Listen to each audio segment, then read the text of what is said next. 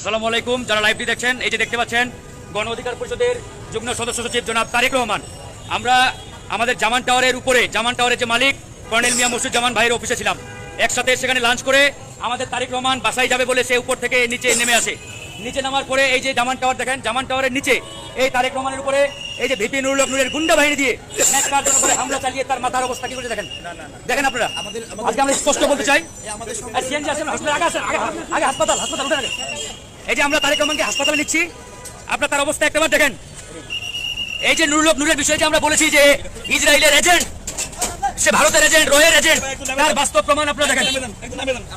ঠিক আছে, ধরতে লাগাও কথা। এই যে তারেক ভাইয়ের অবস্থা দেখেন। তোমরা আসো জানাচ্ছি।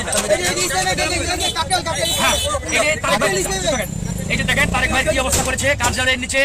যখন আমরা আজকে আমাদের একটি যৌথ প্রেস কনফারেন্স ছিল আমাদের জাতীয় প্রেস ক্লাবে, মূল্যবোধকে ছড়িয়ে দিতে জয় বাংলা, জয় বঙ্গবন্ধু।